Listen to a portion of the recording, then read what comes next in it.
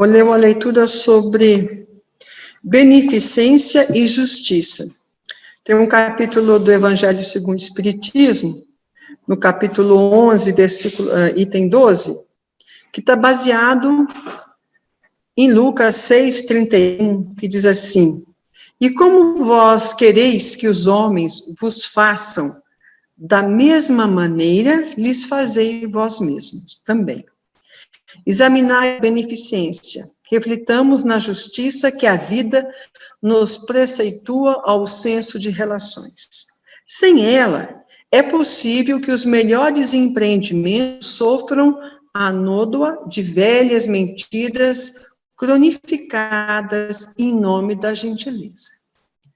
Atravessas escabrosas necessidades materiais e, claro, te alegras ante o auxílio conveniente, mas, se a cooperação chega marcada pelo manifesto desprezo dos que te ajudam com displicência, como se desfizesse de um peso morto, estarias mais contente se deixasse você a sós.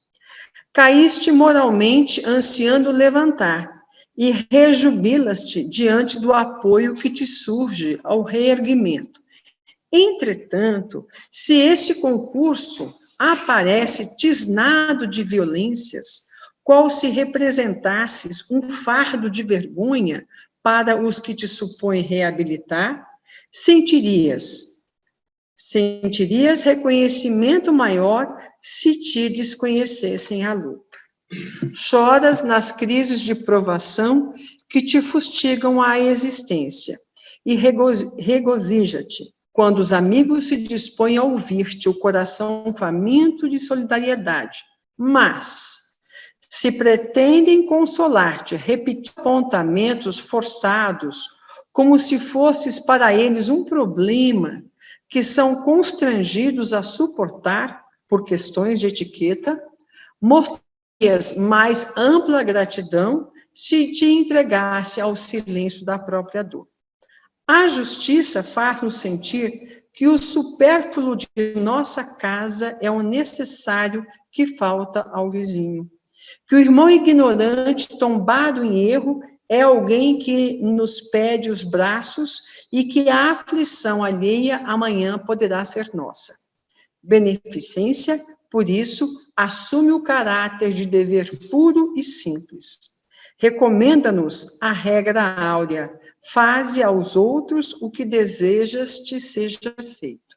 A sentença quer dizer que todos precisamos de apoio à luz da compreensão, de remédio que se acompanhe de enfermagem e de conselho em base de simpatia. Em suma, todos necessitamos de caridade uns para com os outros, neste ou naquele ângulo do caminho. Mas é forçoso observar que, se a beneficência nos traça a obrigação de ajudar, ensina-nos a justiça como se deve fazer.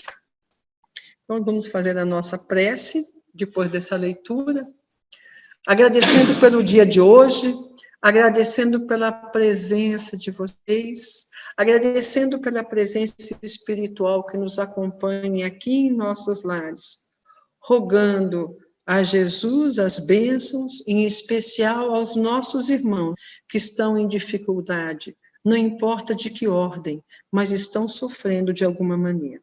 Que as bênçãos de Jesus se façam presente em todos os corações e que anime todos eles a uma caminhada segura, a uma caminhada com fé, com esperança em Deus, nosso Pai. Graças a Deus. Gente, bom dia, que bom vê-los aqui, né? Coisa boa.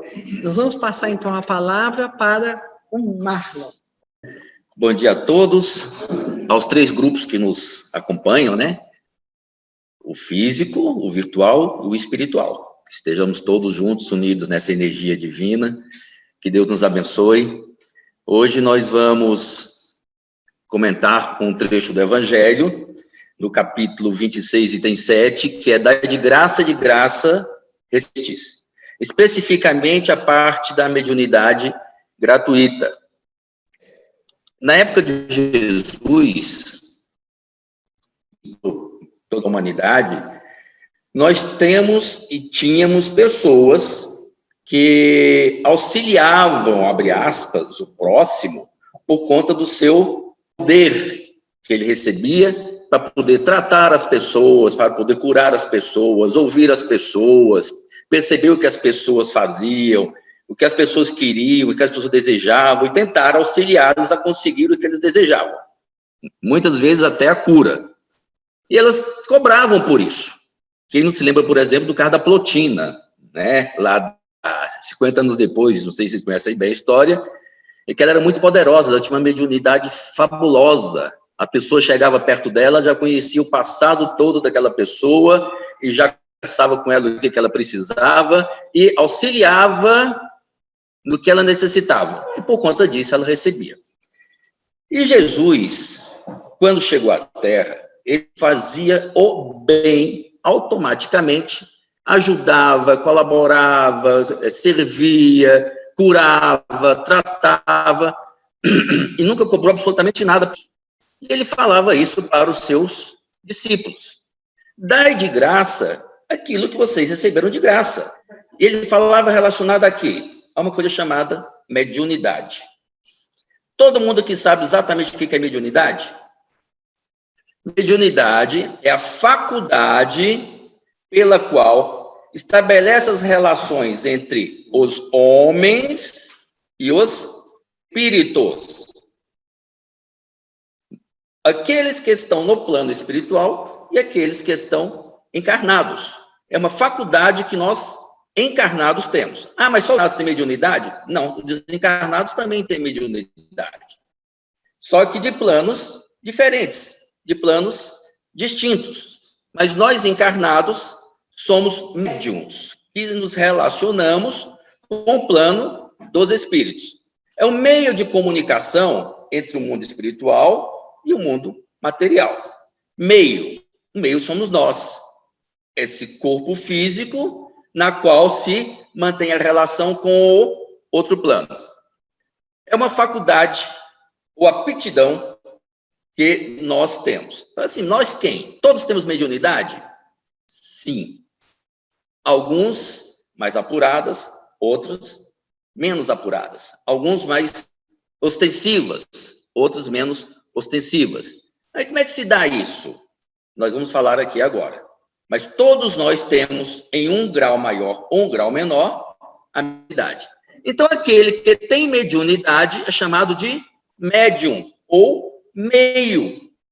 Aquele que é o intermediário entre as duas regiões, a região física e a região espiritual. É aquele que sente, em algum grau, a influência dos espíritos.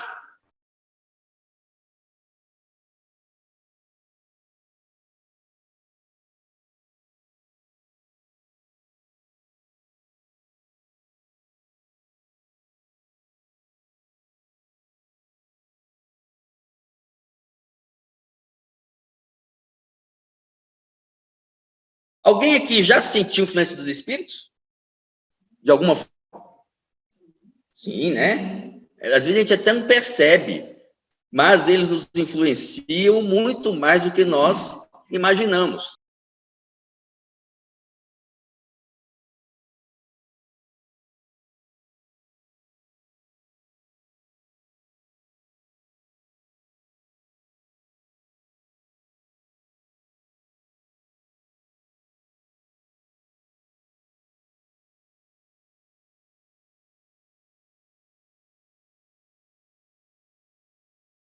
Intuitivamente, por exemplo, nós temos aquela intuição que não sabemos de onde vem. Isso daí é uma forma de os espíritos estarem se relacionando conosco. Então, nós somos médiuns. A mediunidade é natural?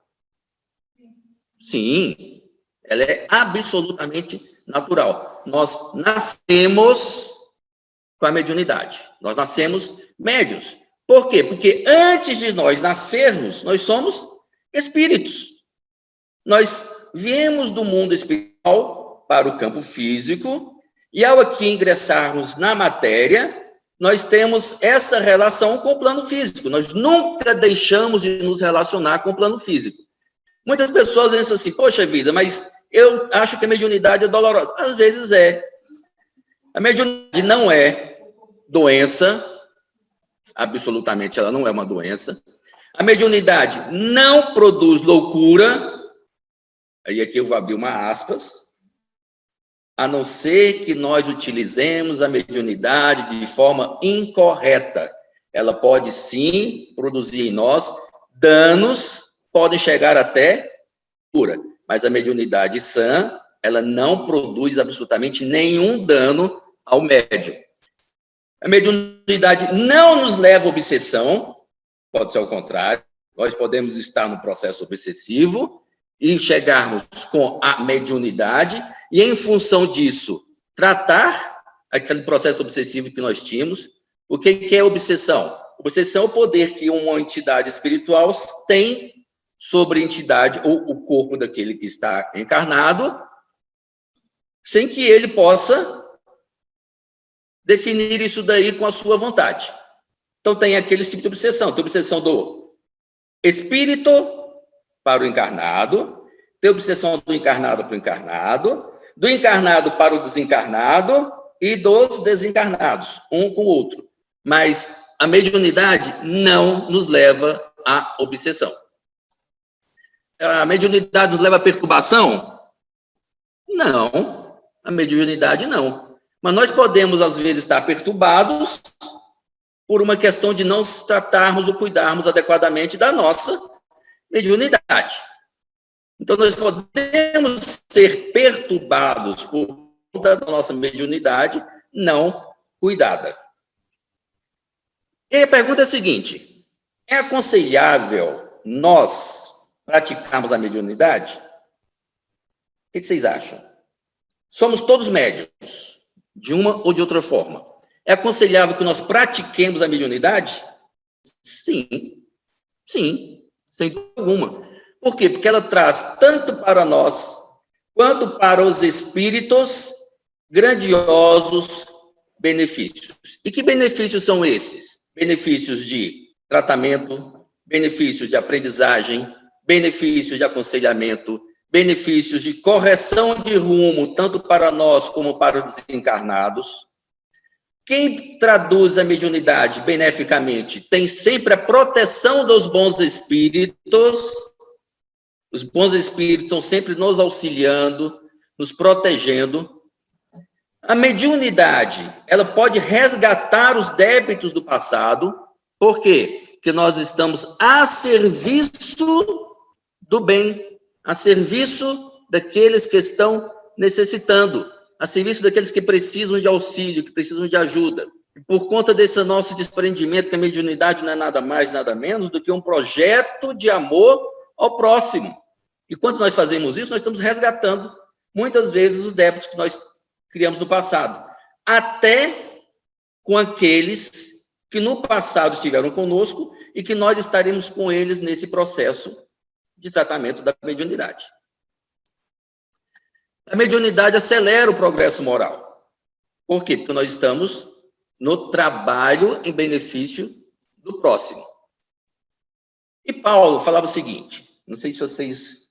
Vou ler aqui rapidamente, né? Se eu falar a língua dos homens e dos anjos e não tiver caridade, sou como metal que soa ou como sino que tine. E se tiver o dom da profecia e penetrar todos os mistérios, a profecia aqui no caso é a mediunidade. Mas se não tiver caridade, nada sou. Entre as três virtudes, a fé, a esperança e a caridade, a mais excelente é a caridade. Aqui Paulo fala da profecia. Profecia é saber o que está por vir ou o que já foi. Porque ele está vendo o que o outro não vê. Nessa visão que nós temos, do que o outro não vê, do que o outro não percebe, do que o outro não sente, é algo específico nosso, mas que podemos, em função disso, ajudar o próximo. E nesse auxílio, nós estamos transformando o nosso ato em um ato de amor, que é a caridade. Então, não adianta nada eu ter esse dom, se eu não utilizar esse dom de forma adequada para poder auxiliar o próximo. Aí sim, nós temos uma mediunidade doentia. porque ela não serve para produzir bons frutos, para poder beneficiar o próximo. Já que a mediunidade é caridade, toda vez que eu estou no processo da mediunidade, eu estou transformando isso daí em um ato de amor. Por quê? Eu estou doando de mim aquilo que é meu. É diferente de eu pegar alguma coisa que eu recebi de alguém e entrego. A mediunidade, você não recebe nada de ninguém. Nós recebemos isso de Deus. E eu estou dando de mim. O que eu estou dando? Meu tempo, minha energia, minha afeição, o meu conhecimento. Para quem? Para quem eu nem sei quem é. Eu não conheço. Imaginemos, por exemplo, uma reunião de desobsessão. Quantos espíritos nós temos lá que a gente não tem ideia de quem é, com a qual nós conversamos, nós traduzimos essas palavras em gestos de amor, para poder auxiliar aquele que sofre, como nós sofremos diversas vezes, que precisávamos de alguém para poder vir nos auxiliar. E tudo isso que nós fazemos em função de beneficiar alguém que nós não vemos. Quando nós, por exemplo, damos uma cesta básica, damos uma roupa, alguma coisa assim para alguém, a pessoa está do nosso lado, está próxima. Algo material. Mas quando nós estamos trabalhando na mediunidade, nós não temos ideia a quem nós estamos beneficiando. Por isso que todos esses gestos, eles não deixam nem rastros e nem restos. Porque tudo que nós fazemos em função da mediunidade é aproveitado. É sempre estar servindo o outro. É amar incondicionalmente.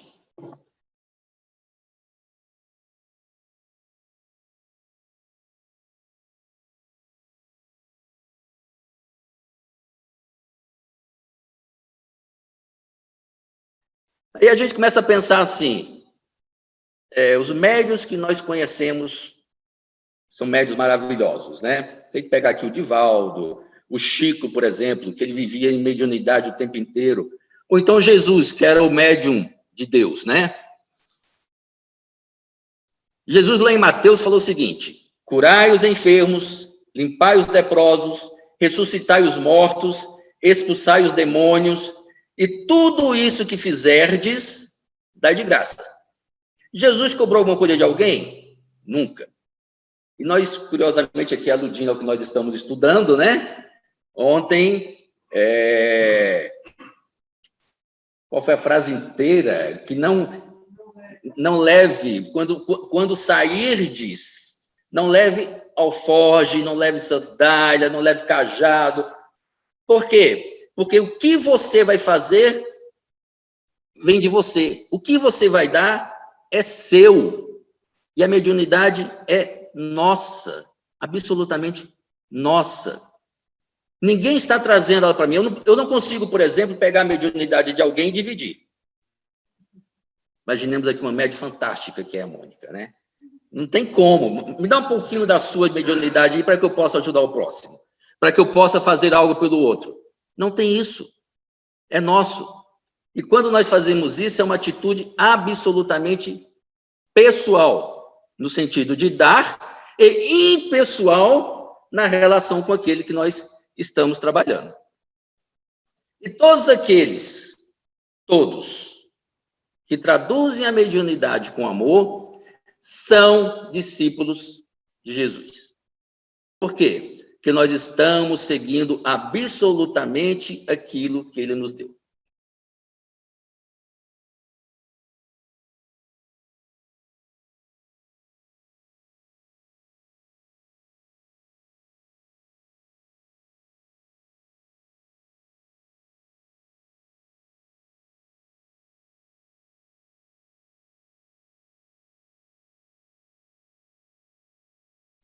Tá, então vejamos assim.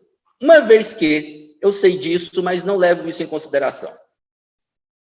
Eu sou médium, tenho capacidade, mas eu não dou de graça. O que acontece com isso?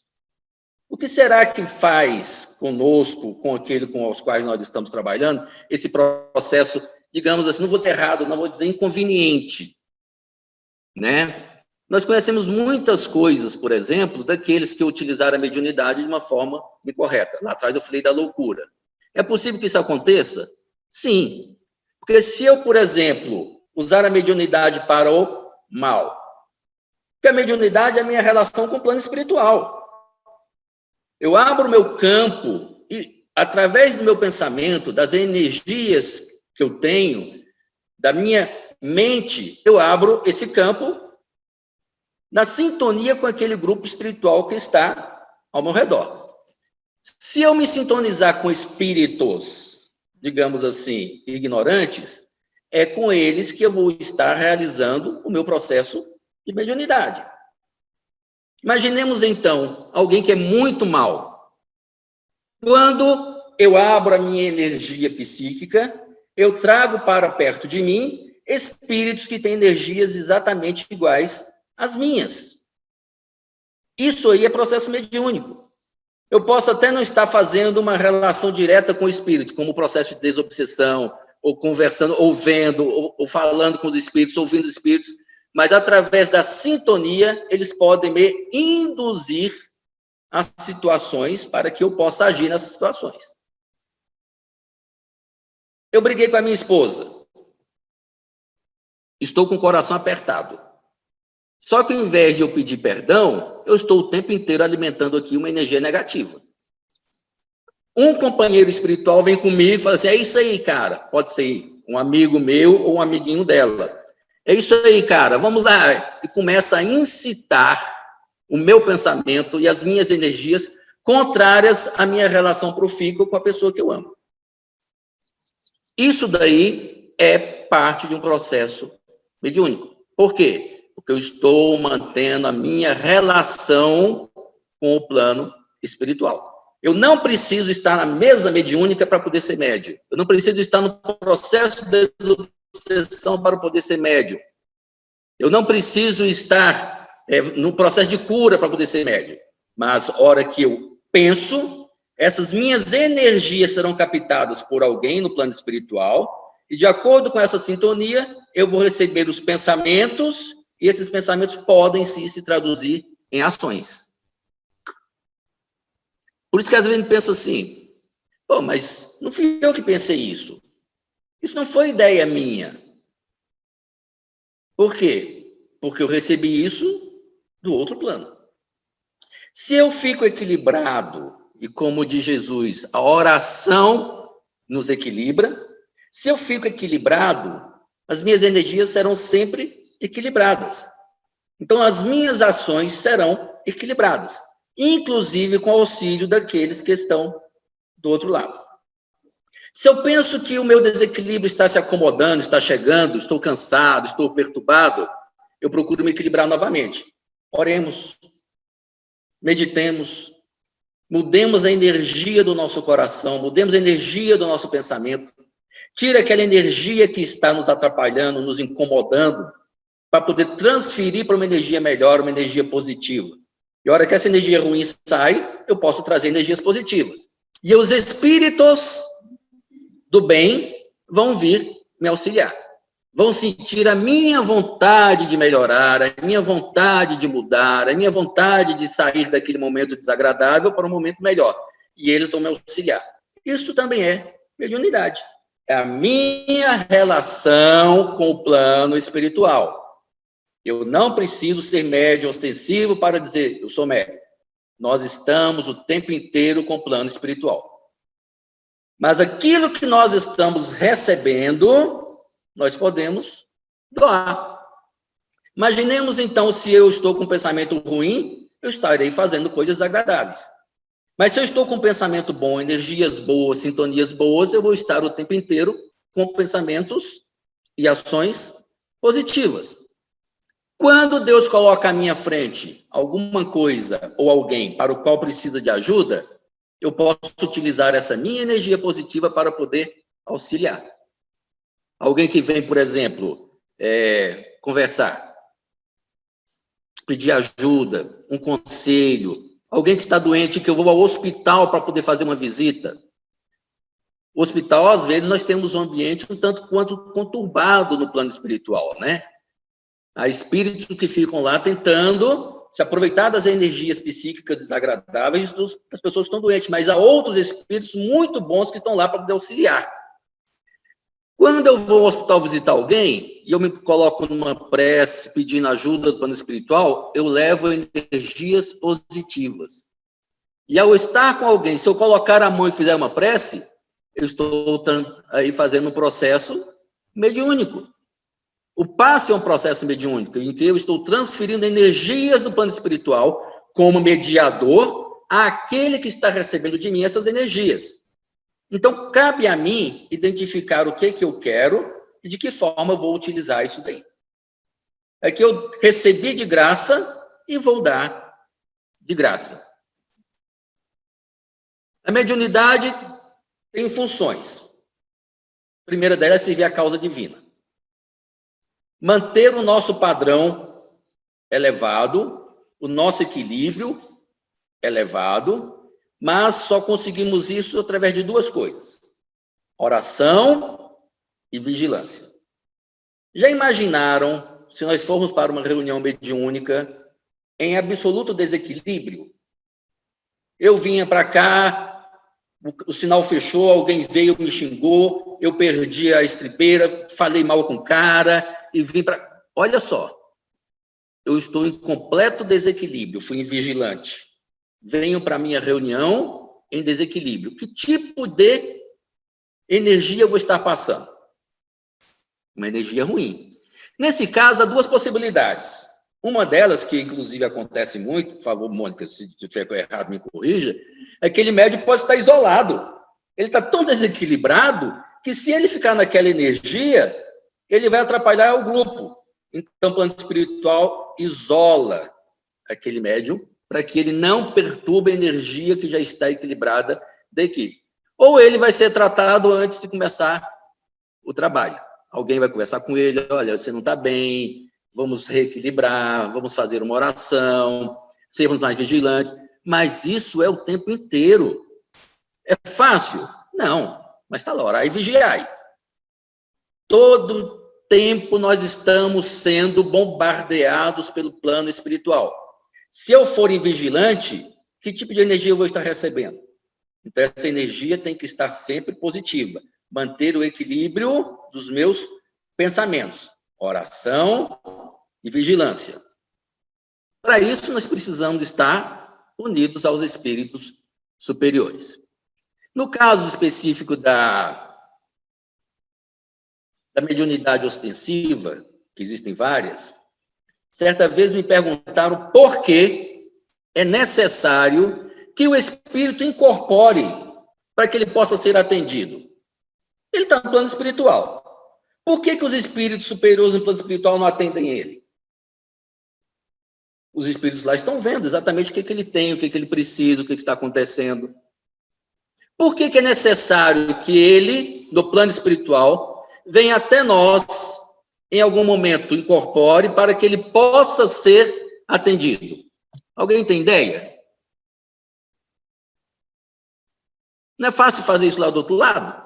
Está cheio de espíritos bons lá para poder ajudar, por que tem que vir para cá? Por que tem que incorporar?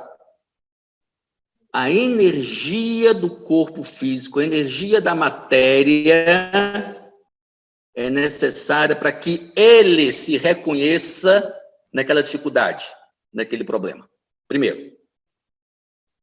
Portanto, é necessário que ele esteja numa energia anímica para que ele perceba o estado em que ele está, de que forma ele se sente para poder receber o tratamento, receber o apoio. Conversar com ele, ele tem que sentir, às vezes, a energia que nós estamos passando, a energia fluídica material. Segundo, é para nós médiuns, porque nós temos também o nosso papel para desempenhar e desenvolver. Porque senão, de que adiantaria eu ter uma mediunidade se não vou colocar ela em prática? Não vai funcionar. Então, é um trabalho para nós, enquanto utilidade no campo físico. Nós precisamos disso também. para o nosso crescimento. E diz lá no Evangelho: ocupa-te, cheio de zelo e perseverança, do trabalho que empreendestes com o nosso concurso, pois esse trabalho é nosso. Nele pusemos as bases de um novo edifício que se eleva e que há um dia de reunir todos os homens no mesmo sentimento de amor e de caridade. Então, para nós médios, ocupa-te com zelo e perseverança. Essa palavra perseverança ontem tem outro significado, né? Desse trabalho que é do plano espiritual e que nós somos um meio para que ele possa ser desenvolvido. E os Espíritos falam, esse trabalho é nosso. Nós somos o meio para que esse trabalho se desenvolva.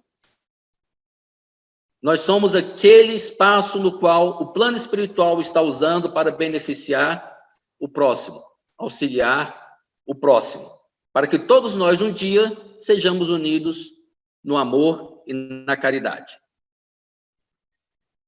No Espiritismo, vejam bem, todos nós somos médios, independente de qualquer religião. Qualquer religião. Mas por que a prática mediúnica no Espiritismo é diferente? Porque ela está ligada à moral de Jesus. Nós temos muitas outras religiões em que não entendem a mediunidade como sendo algo de benefício para o próximo e para si mesmo. E essa prática ela tem que ser realizada dentro do princípio cristão, sem culto exterior, realizada com simplicidade e com amor.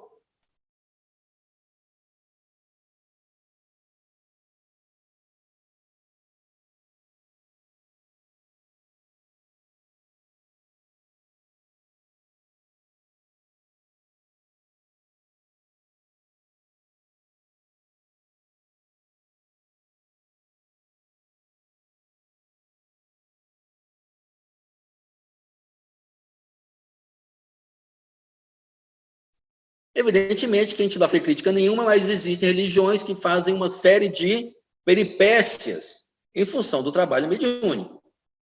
Natural. Alguns precisam até de ver aquelas coisas para poder acreditar.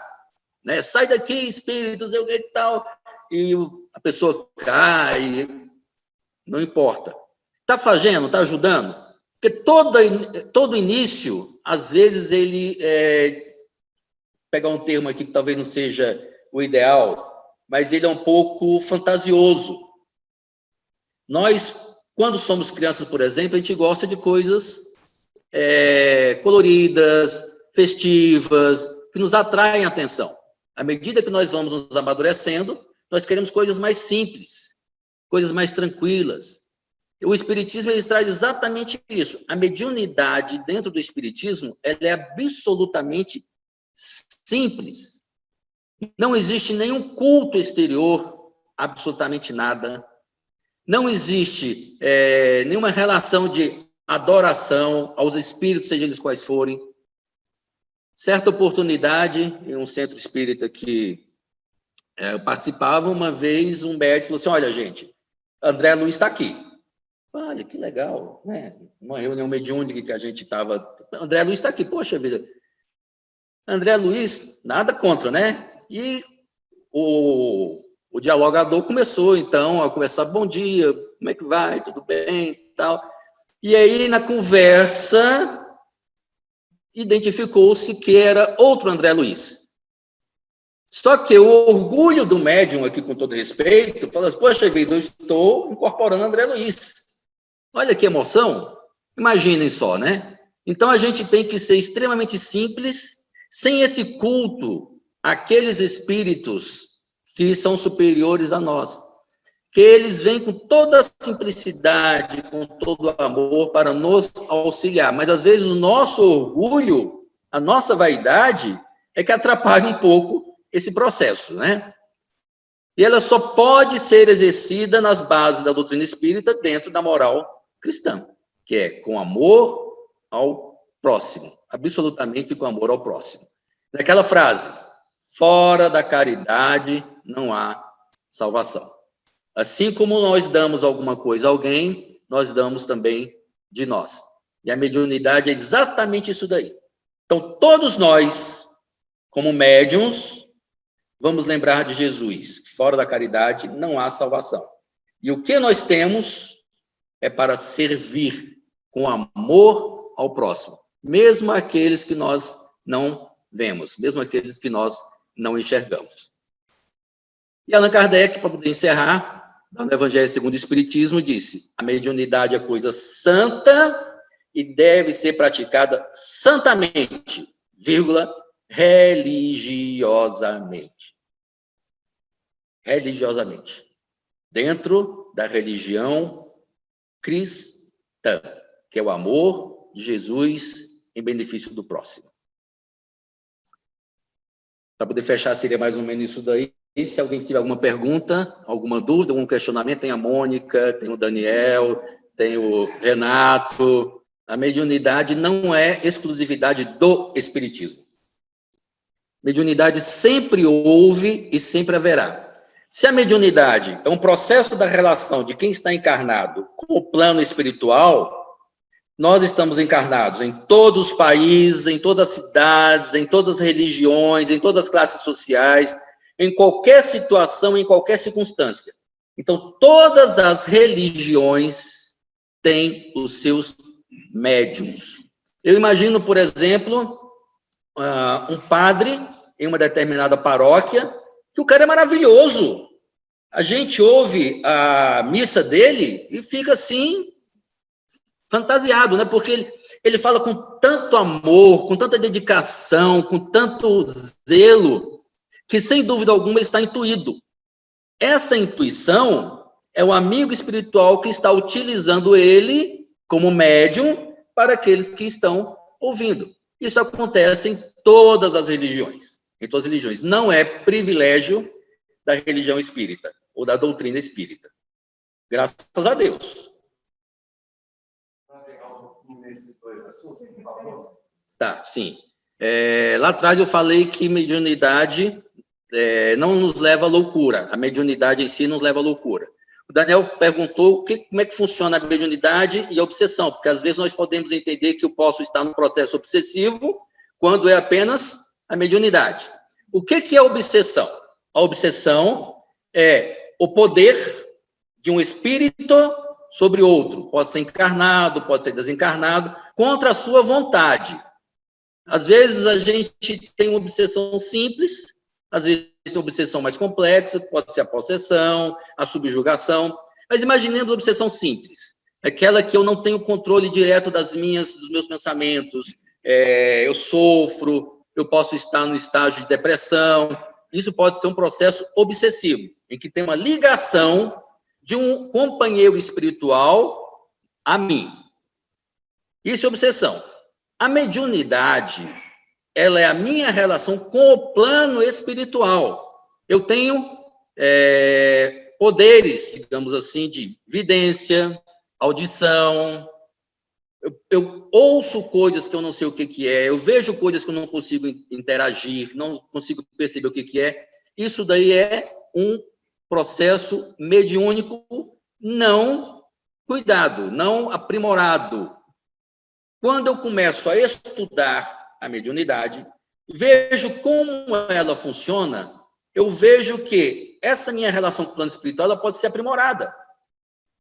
E aí, eu, estudando, entendendo como é que funciona o processo, eu faço com que essa minha mediunidade se apure. Então, eu passo a ouvir melhor e entender o que está acontecendo.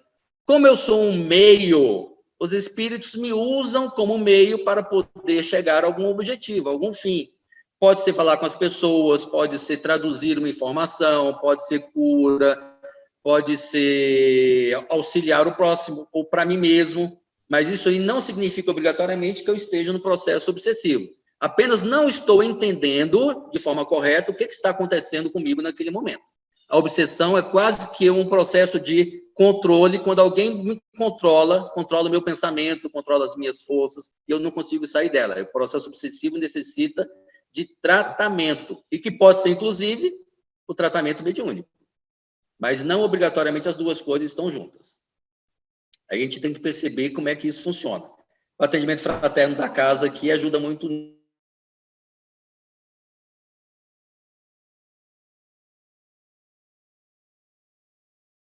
Mas não se incomodem.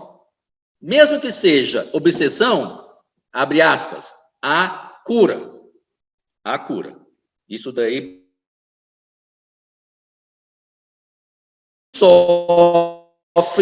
ninguém sofre por engano. Ninguém sofre à toa. Se eu estou sofrendo, alguma coisa acontece e eu tenho como consertar, corrigir, resolver esse processo. Mesmo os obsediados. E principalmente, né? Ainda está colocando aqui a questão da mediunidade para pessoas que não têm uma moral muito boa. Mas são médios. Né? São médios, inclusive médios muito bons. Mas utilizam essa mediunidade de uma forma incorreta. Cobram, inclusive. Então, nós identificamos uma coisa. Uma é a questão da moral. A moral. Outra questão da nossa mediunidade. Mediunidade é uma característica fisiológica na minha relação com o plano espiritual.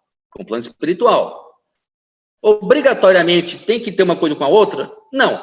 O ideal é que eu seja um médium, que a minha relação com o plano espiritual seja boa, mas que eu tenha uma moral adequada para utilizar isso daí. É como um homem rico, que é rico, mas usa o dinheiro para fazer coisas ruins.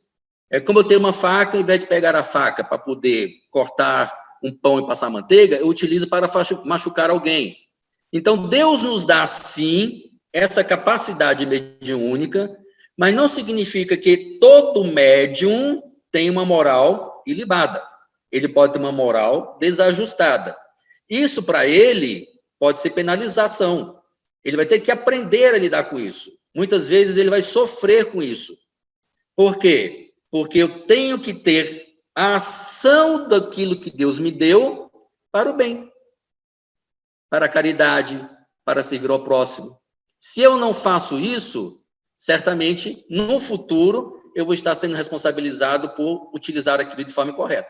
É como a inteligência, é como a beleza, é como a riqueza. São benefícios que Deus me dá, mas que eu não utilizo aquilo ali de forma correta em benefício ao próximo. Não vou dizer que Deus nos pune, que não há punição nesse caso, mas eu serei responsabilizado por aquilo que Deus me deu e eu não utilizei adequadamente, entre eles, inclusive, cobrar. Tem uma pergunta aqui da Ana Maria. Tá, a pergunta aqui é a seguinte: por que existem médios ostensivos e por que existem médios apenas intuitivos?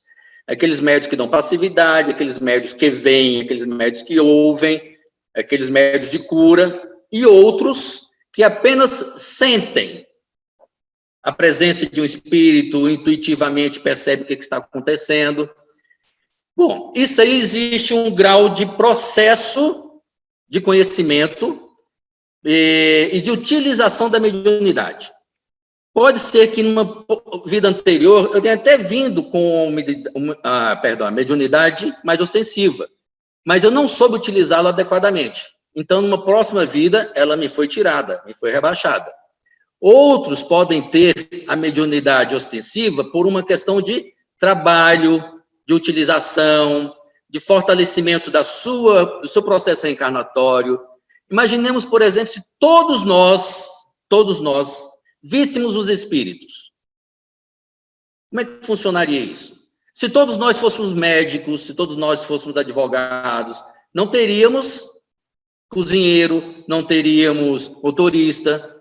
Então, a mediunidade ostensiva, ela é muito mais um processo de questão fisiológica, que alguns vêm com a sua condição física pronta para aquilo e outras não. Mas essa condição pronta, ela foi formulada no plano espiritual por uma necessidade do espírito passar por aquele processo de mediunidade ostensiva. Até gostaria. Eu, por exemplo, não vejo nada. Eu sou uma porta. Ouvir, não ouço nem minha esposa. Mas, como funciona isso? A minha mediunidade, como é que ela funciona? A minha intuição. Às vezes eu paro e penso assim, qual é o caminho que eu devo seguir? Eu não ouço. Aí por que eu não estou ouvindo? Porque eu não me harmonizei adequadamente para aquele momento. Outros, isso é automático. Nós estamos aqui caminhando, eu tinha um amigo que ele tinha uma mediunidade de visão tão grande que ele não dirigia. Ele não sabia quem é que estava atravessando a rua, se era espírito, se era encarnado. Ele podia atropelar um homem encarnado pensando que era um espírito. Ele não dirige por conta disso. Além de ser um processo fisiológico, que vem com a composição do nosso corpo físico para aquilo, há aí um componente espiritual para que nós possamos auxiliar e servir ao próximo com aquilo que nós temos, com aquilo que Deus nos deu para poder produzir. Mas a mediunidade, ela é muito mais, nesse campo, fisiológica. Os campos mentais que nós temos, eles são apropriados para esse trabalho. A visão, a audição, a escrita, é um processo fisiológico que foi trabalhado para aquela encarnação. Mais alguma você ia perguntar? A mediunidade ela pode ser suspensa? Pode. Inadequadamente, ela pode ser suspensa. Pode ser suspensa de alguma forma, pode ser levada, por exemplo, em consideração. Se você não souber adequadamente utilizar a sua mediunidade, ela pode ser, entre aspas, paralisada, o seu campo anímico, ele pode ser paralisado. Dependendo da forma como você usa, pode te levar à loucura, é uma forma de paralisar a sua mediunidade, mas, normalmente, o uso da mediunidade, ele não sendo controlado, ela pode trazer para você malefícios ao invés de benefícios. E aí é uma suspensão, porque o plano espiritual ele nos dá livre-arbítrio. Mas se eu não conseguir utilizar isso de forma adequada, se eu estiver prejudicando alguém de alguma forma, ela pode ser suspensa. Espero que não seja o caso de alguém aqui, né? E a negação? Eu não quero trabalhar com divindade, mas eu tenho divindade. Tá, negar a mediunidade. Negar a mediunidade. Tá, pode ser. Você tem o livre-arbítrio. Deus lhe dá a possibilidade de você trabalhar com aquilo. Você não quer? Absolutamente não vai ser obrigado a isso. Só que você pode estar sofrendo intimamente aquela questão. Você, por exemplo, vê os espíritos. Mas você se nega a ver os espíritos. Eu não quero, de forma alguma. Eu não quero ouvir espírito nenhum. Eu não quero ser médium, eu não quero... Você já veio com aquilo ali. Só que se você não quer utilizar isso daí, você não utiliza. Só que a sua competência fisiológica e espiritual ela ainda vai estar ativa. Só que você não está colocando isso daí em prática. É uma responsabilidade sua. Absolutamente sua. Muito, claro. Se você veio com isso daí para poder ajudar o próximo, você está perdendo uma grande oportunidade de servir. Porque a mediunidade ela é para servir ao outro. Se eu me recuso a trabalhar a minha mediunidade para poder servir, a responsabilidade é minha. Eu vou estar perdendo uma grande oportunidade de ser alguém melhor, crescer, evoluir, por conta do processo que Deus me deu. No caso da recusa da mediunidade, será que um dia ele vai ser obrigado a ser médium, a utilizar aquilo? No reino de Deus, nós não somos obrigados a absolutamente nada. Mas, à medida que nós vamos passando pelos processos reencarnatórios, nós vamos aprendendo. Chegará um momento em que eu vou ter uma...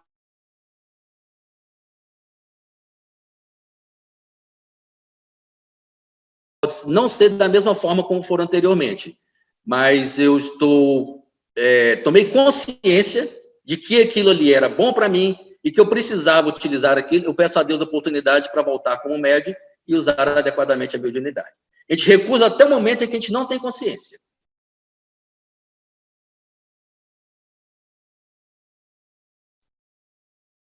Mas muito por medo do desconhecido. A gente não sabe o que nos aguarda do outro lado. É por isso que é importante que a gente entenda o que é isso, como é que funciona, quais são os processos, o que é o plano espiritual. Nós viemos de lá. Óbvio que a gente não recorda, mas nós viemos de lá. Então, esse meu receio todo, a partir do momento que eu tomo consciência de como isso funciona, isso acaba e aí eu passo a utilizar adequadamente a mediunidade. Mais alguma pergunta? Mônica está questionando sobre o local de exercer a mediunidade. A mediunidade ela está conosco o tempo inteiro, em todos os lugares. Eu posso estar dirigindo e recebendo as informações do plano espiritual. Mas a mediunidade, ela tem que ter um espaço adequado, especificamente os médios ostensivos, para o seu trabalho, a sua função. E a casa espírita é o local ideal para isso. Por quê? Existe um campo magnético aqui que protege os médiuns, que protege os espíritos que serão tratados, protege os espíritos que serão auxiliados. E na casa espírita, nós temos todo um grupo de companheiros que conhecem o processo, que entendem como aquilo funciona e que é o local ideal para isso. Ah, mas se eu não conseguir ficar na casa espírita, se eu não conseguir ir para a casa espírita, eu estou, por exemplo, em algum lugar. Pode? Depende. Depende do que vai acontecer. Você vai dar uma passividade, por exemplo, no hospital? Não.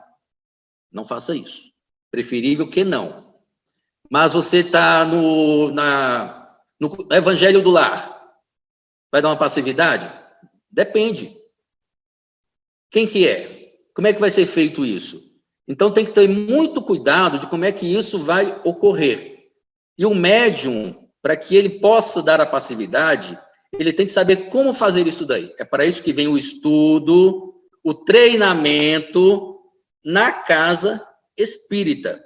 Já vi casos de, por exemplo, nós estamos na palestra aqui, e de repente alguém dá passividade no salão. E aí, o que vai fazer? Você falou, ó, tira esse cara daqui, está no lugar errado. Não, vamos tratar, vamos auxiliar. Porque o médium ele tem que estar equilibrado para auxiliar, para que o processo mediúnico dele esteja adequado para o seu trabalho. E a casa espírita é o local ideal para isso daí. Se puder evitar em outro lugar, por favor, venham para a casa espírita, sempre. Pois é, nós está comentando um caso aqui de uma médium que ela conhecia, que escrevia poesia em qualquer lugar em que ela estava. Supermercado, na escola. Isso daí é falta de controle do seu processo mediúnico. Para isso é necessário que a gente estude para saber como lidar com isso daí. Mediunidade é absolutamente santa. É maravilhoso. E Deus abençoe a todos os médiuns. Mas nós precisamos saber como lidar com isso, porque senão isso pode se tornar um fardo muito grande para todos nós.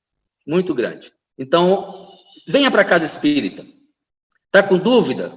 Venha para a casa espírita. Converse conosco, venha tirar as dúvidas. Venha tentar entender como é que isso funciona, como é que esse processo lidar na nossa vida. Porque a mediunidade equilibrada faz com que sejamos médiuns felizes. E é tudo que nós queremos. A mediunidade está precisando disso, de médiuns felizes. Já imaginaram médiuns felizes na ONU? Que coisa linda! O que não vai virar o nosso mundo? Então, todos os lugares nós temos médiuns. Precisamos fazer com que a mediunidade seja santa e equilibrada em todos os lugares. Mesmo para aqueles que não são ostensivos, mas os médiuns intuitivos também, sendo equilibrados, vão receber as melhores intuições e servir mais ainda. Que Deus abençoe todos os médiuns, a todos nós. Agradecemos o nosso irmão Marlon pela sua palestra, pela sua orientação, e agradecemos também a presença virtual de tantos irmãos que estão nos acompanhando. Que coisa boa, está aumentando cada sábado está aumentando a quantidade, isso é muito bom. E, para encerrar, nós vamos convidar a nossa querida irmã Mônica e vamos fazer um passe coletivo, tá certo? Para que possamos nos fortalecermos e nos equilibrarmos. Então, vamos unir os nossos pensamentos, os nossos corações e perceber as inúmeras bênçãos que caem sobre nós nesse instante. Vamos entrar em contato com nosso anjo guardião, nosso mentor, que nos abraça, que nos ampara, que nos acompanha nessa encarnação. E vamos entregar nossas ansiedades, nossos desejos, nossos receios nas mãos de Deus. Pai, sê conosco, envolva-nos com seu manto de luz, Que esse amor infinito venha como um bálsamo a envolver cada célula do nosso corpo, cada gota do nosso sangue, harmonizando, Senhor, desde a nossa constituição física até o nosso espírito, a nossa alma eterna. Que essa paz imensa que sentimos agora se repercuta durante toda essa semana em nossas vidas. Que esses ensinamentos sejam latentes, amorosos e vigorosos em nossas mentes. Pedimos pelos nossos lares, Senhor, por todos aqueles que nos acompanham, encarnados ou desencarnados, vinculados a nós por afinidade ou por compromisso, mas que sempre, Pai amado, a misericórdia divina seja o remédio para todos os nossos irmãos, em especial aqueles que mais sofrem neste momento. Que o teu doce amor, Senhor, seja a saúde, a esperança, a luz no caminho de todos nós. E é na certeza, Pai, desse amparo, desse abraço, desse tratamento que se faz nesse instante, que nós lhe agradecemos orando. Pai nosso que estás no céu, santificado seja o vosso nome. Venha a nós o vosso reino. Seja feita, Pai, a vossa vontade, aqui na terra como no céu. O pão nosso de cada dia dá-nos hoje, Senhor. Perdoa, Pai, as nossas ofensas. Ensina-nos a perdoarmos a quem nos tem ofendido. Não nos deixe, Senhor, cair quando em tentação. Livra-nos de todo mal, pois vosso é o reino, é o poder e a glória, hoje e sempre. Graças a Deus, graças a Jesus.